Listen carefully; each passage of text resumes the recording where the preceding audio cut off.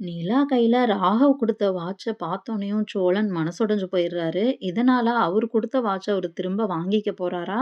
இல்ல இனிமே நிலாவ லவ் பண்ண வேணான்னு முடிவெடுக்க போறாரா? அப்படிங்கிறத இந்த வீடியோல பார்க்கலாம். ராகவ் குடுத்த வாட்ச கட்டிக்காம நிலா கையிலேயே வச்சிருக்காங்க. இத கவனிச்ச ராகவ், "என்ன நீங்க இன்னும் வாட்ச் கட்டிக்காம இருக்கீங்க? குடுங்க நானே கட்டி விடுறேன்" அப்படின்னு சொல்லி அவங்க கையில இருந்த வாட்ச கழட்டிட்டு அவரோட வாட்ச கட்டி விடுறாரு.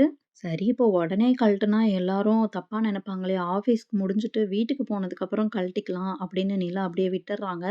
ஆனா, ஈவினிங் வீட்டுக்கு போன நிலா கையில வாட்ச் இருக்கதையே மறந்துர்றாங்க. நிலா வீட்டுக்கு வந்த 5 நிமிஷத்திலேயே சோழனும் வீட்டுக்கு வராரு.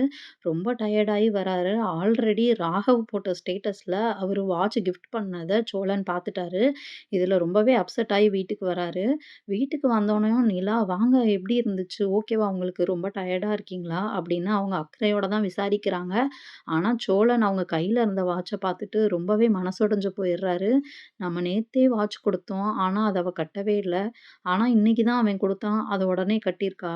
என்ன இருந்தாலும் நான் குடுத்தது சீப்பான வாட்ச் தானே!" அப்படின்னு மனசுக்குள்ளேயே ரொம்ப வேதனைப்பட்டுட்டு இருக்காரு. "நான் உங்களுக்கு டீ இல்ல காஃபி ஏதாவது போட்டு எடுத்துட்டு வரவா? குடிக்கிறீங்களா?" அப்படின்னு நிலா கேட்குறாங்க. "இல்லங்க எதுவும் வேணாம்" அப்படின்னு சொல்லிட்டு அமைதியா போய் அவரு உட்காந்துர்றாரு. நிலாவுக்கு ஒரு மாதிரி இருக்கு. என்ன இவரு சரியாவே பேச மாட்டேங்கிறாரு அப்படின்னு அவங்க யோசிச்சுட்டு அவங்களும் உட்காந்துருக்காங்க. அவங்க பேச்சு குடுக்க ட்ரை பண்றாங்க. ஆனா சோழன் எதுவுமே பேசாம எந்திரிச்சு போயிர்றாரு. நிலாவும் சரி அப்புறமா பார்த்துக்கலாம் அப்படின்னு விட்டுர்றாங்க. அதுக்கப்புறம் எல்லாரும் வீட்டுக்கு வந்ததுக்கப்புறம் பல்லவன் தான் நோட் பண்றாரு. "அண்ணி வாட்ச் சூப்பரா இருக்கு. குடுங்க" அப்படின்னு சொல்லி வாங்கி பார்க்குறாரு. பார்த்தா பிராண்டட் வாட்ச்ன்றத பார்த்தோனமே, "அண்ணி இது ரொம்ப காஸ்ட்லி. Super watch. எப்படி வாங்குனீங்க? நீங்க வாங்குனீங்களா? யாராவது கிஃப்ட் பண்ணாங்களா?" அப்படின்னு கேட்குறாரு. அது வந்து பல்லவா அப்படின்னு அவங்க சொல்ல வரதுக்குள்ள, "ஆமா அண்ணே சொன்னுச்சு உங்களுக்காக வாட்ச் வாங்கி வச்சிருக்கேன்னு."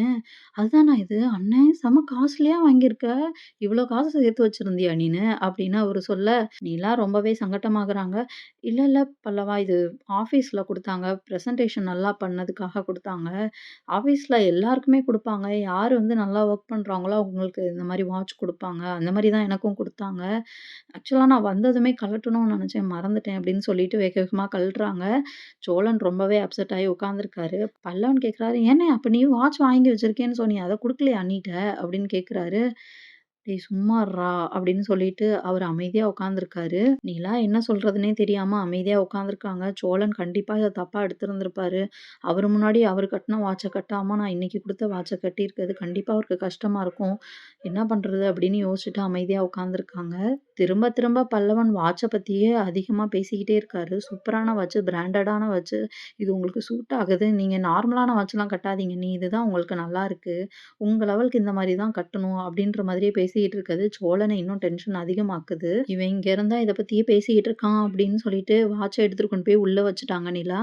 அவங்க வச்சுட்டு சும்மா வராம சோழன் குடுத்த வாட்ச கையில கட்டிட்டு வராங்க.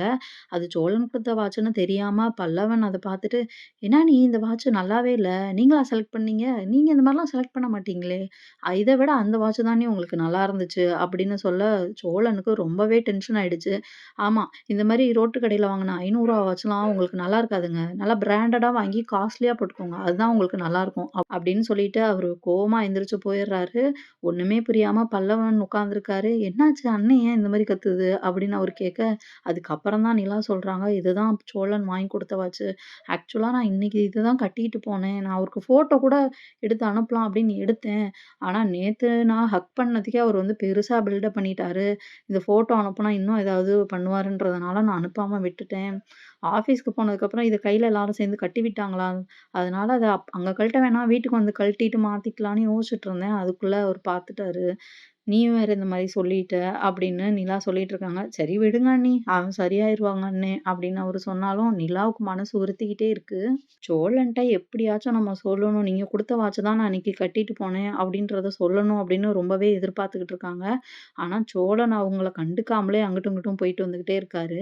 நிலா 2, 3 டைம் கூப்பிட்டு பேச ட்ரை பண்றாங்க. ஆனா அவரு ஒரு வார்த்தையோட முடிச்சுட்டு அவங்க பக்கமே வராம போயிடுறாரு. அன்னைக்கு நைட்டு ரொம்பவே மனசு உடைஞ்சு போய் அமைதியா படுத்திருக்காரு. நெறைய விஷயங்கள சோழன் யோசிச்சுட்டே படுத்திருக்காரு. நம்ம இனிமே நிலாவ ஃபாலோ பண்றத நிறுத்திர்லாமா? நிலாவுக்கு சூட்டான பேர் வந்து ராகவ் தான். எல்லா விதத்துலயுமே அவங்க 2 பேரும் தான் சரியா இருப்பாங்க. நான் எதுக்கு திரும்ப திரும்ப நிலாவுக்கு ட்ரை பண்ணிட்டே இருக்கணும்? நிலாவுக்கும் இன்ட்ரெஸ்ட் இல்ல. அதுவும் இல்லாம இன்னைக்கு நடந்தது எல்லாத்தையும் வச்சு பார்க்குறப்போ, நிலாவுக்கு கண்டிப்பா என் மேல விருப்பம் இல்லன்னு தெரியுது. வீணா எதுக்கு நம்ம நேரத்த வேஸ்ட் பண்ணணும்? இது வந்து நம்ம மனச தான் கஷ்டப்படுத்துது. மத்தவங்க எல்லாருமே நல்லா இருக்காங்க. நம்ம மட்டும் தான் இப்படி இருக்கோம். அப்படின்னு நெறைய விஷயத்த யோசிச்சுட்டு படுத்திருக்காரு. அடுத்த நாள் காலையில எந்திரிக்கிறப்போ, நிலா கிளம்பி ஆஃபீஸ் போறாங்க. அப்ப பார்க்குறாங்க நிலா கையில சோழன் குடுத்த வாட்ச தான் கட்டியிருக்காங்க. அத பார்த்துட்டு அவருக்கு யோசனையா இருக்கு. இவங்க நிஜமாவுமே இத விருப்பப்பட்டு தான் கட்டியிருக்காங்களா? இல்ல நேத்து அந்த வாட்ச கட்டினதுனால நான் கோச்சுக்குவேன்னு இந்த வாட்ச கட்டியிருக்காங்களா? அப்படின்னு யோசிச்சுட்டு அவர் எதுவுமே சொல்லல. அவரு எதுவுமே சொல்லலனாலும் நிலா தானா போய் "வாட்ச் நல்லாருக்கா?" அப்படின்னு சொல்லி கேட்குறாங்க. சோழன் கோவத்துல இருந்ததுனால, "இந்த மாதிரி வாட்ச்லாம் நீங்க கட்டுவீங்களா? தூக்கி போட்டுருப்பீங்கன்னு நெனச்சேன். உங்களுக்கு பிராண்டடான வாட்ச் தானேங்க நல்லாருக்கும். இது உங்களுக்கு சூட்டே ஆகல பாருங்க." அப்படின்னு அவரு சொல்றாரு. "ஏன் இப்படி சொல்றீங்க? நீங்க நான் சொன்னா நம்பவே மாட்டீங்க. நேத்தும் நான் இந்த வாட்ச் தான் கட்டிட்டு போனேன்." அப்படின்னு அவங்க சொல்றாங்க. ஆனா சோழன் அத நம்பவே இல்ல. "நீங்க வேணா பாருங்க." அப்படின்னு சொல்லிட்டு, "நேத்து நான் இந்த ஃபோட்டோ எடுத்தேன்.